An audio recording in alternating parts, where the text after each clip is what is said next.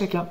Voilà pour cette méditation matinale, je vous propose la lecture d'un extrait de l'évangile de Jean au chapitre 6, un des miracles les plus célèbres de Jésus, quand il a multiplié les pains et les poissons du petit garçon et qu'il a nourri une foule entière.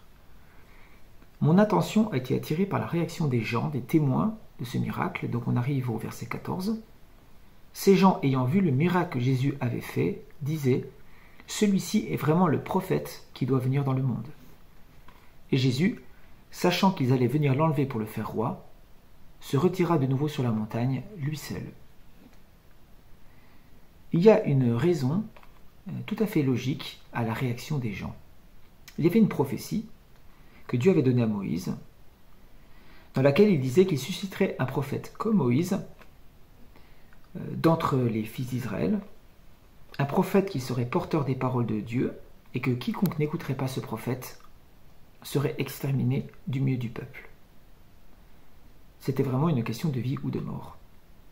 Mais il y avait cette petite phrase « comme moi », parce que le peuple ne voulait plus voir le feu de la sainteté de Dieu, il était trop effrayé par la présence de Dieu, il ne voulait plus entendre la voix de l'Éternel, donc il voulait un médiateur qui soit un petit peu comme eux, un médiateur humain. Et même Dieu dit dans ce passage, vous pouvez le lire en Deutéronome 18, « Ce qu'ils ont dit est bien ». Moïse avait exercé un ministère royal sans être officiellement roi. Il avait conduit le peuple, il avait été chef du peuple. Il y a même un verset qui dit qu'il régnait en Yeshurun, il jugeait le peuple, le rôle du roi c'est de juger le peuple, et il avait aussi nourri le peuple. Bien sûr c'est Dieu qui avait nourri le peuple à travers Moïse. Mais la manne était descendue du ciel. Un des rôles du roi, c'est de résoudre les problèmes économiques du peuple en temps de crise. Donc les gens, quand ils voient Jésus faire cette multiplication, c'est logique qu'ils veulent le faire roi. Mais la prophétie ne disait pas « vous l'établirez comme roi », elle disait « vous l'écouterez », ce qui est très différent. Plus important que le miracle, qui rendait témoignage du prophète, c'était ses paroles qu'il fallait écouter. Parce que le prophète venait réconcilier le peuple avec Dieu. Bien sûr, les problèmes économiques sont importants pour Dieu.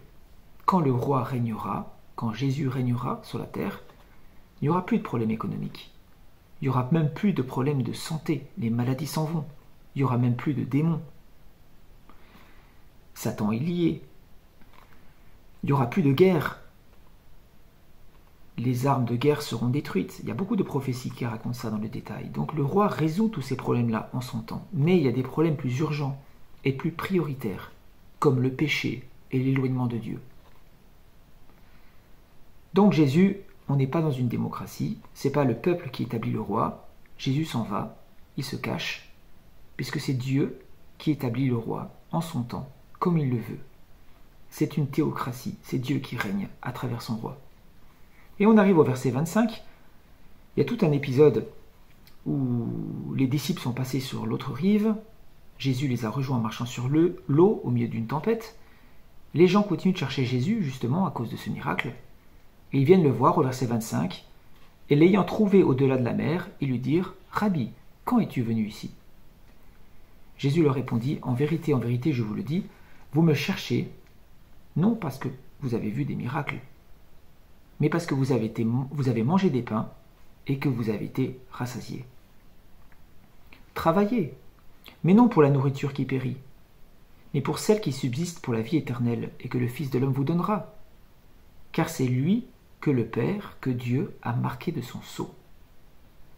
Le sceau, c'est l'appartenance. Tu es mon Fils bien-aimé, tu es à moi. Ils lui dirent, que devons-nous faire pour faire les œuvres de Dieu? Jésus leur répondit, l'œuvre de Dieu, c'est que vous croyez en celui qui l'a envoyé. Essayons d'extraire quelques vérités simples de ce passage, qui est dense quand même. Jésus met la foule en face de leur attention réelle. Ce miracle, qui devrait vous faire déduire que Dieu est là? Qui devrait vous conduire à désirer m'écouter en tant que prophète et écouter ce Dieu qui vous parle et vous réconcilier avec lui? Ce miracle ne vous intéresse que par son effet immédiat, c'est-à-dire satisfaire vos besoins physiques.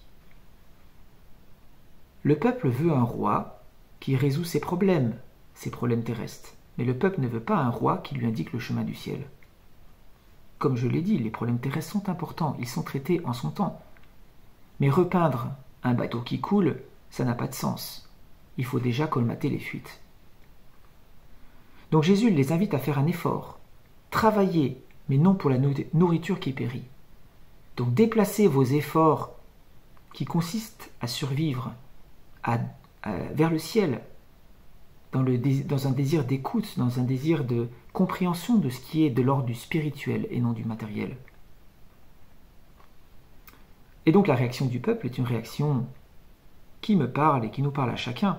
On a tendance à mettre tout de suite ce qu'on doit faire avant ce qu'il faut être.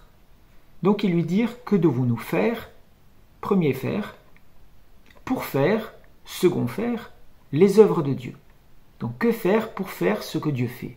Ça n'a pas de sens. Toujours le faire. L'esclave ne pense qu'à ce qu'il doit faire pour son maître. Le fils, comme Jésus, il aime son père, donc il fait. Mais avant tout, c'est une question de relation.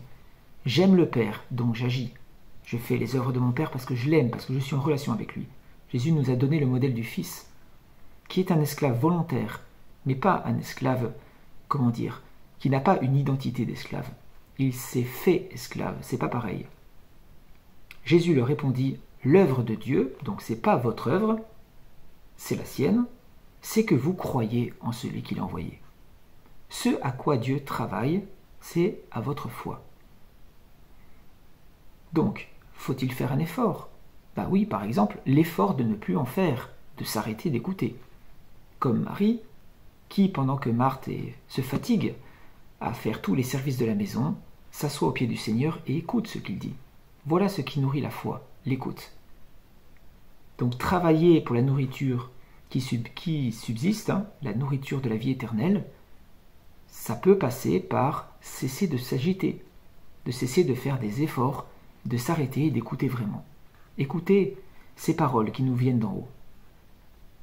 Voilà, on pourrait dire encore beaucoup de choses là-dessus, mais je m'arrête pour aujourd'hui. Que le Seigneur vous bénisse, et je vous souhaite à tous une belle semaine riche avec lui. Et venons à lui pour lui-même, pour ce qu'il a à nous dire, pas tout de suite pour la satisfaction de nos besoins terrestres. À bientôt.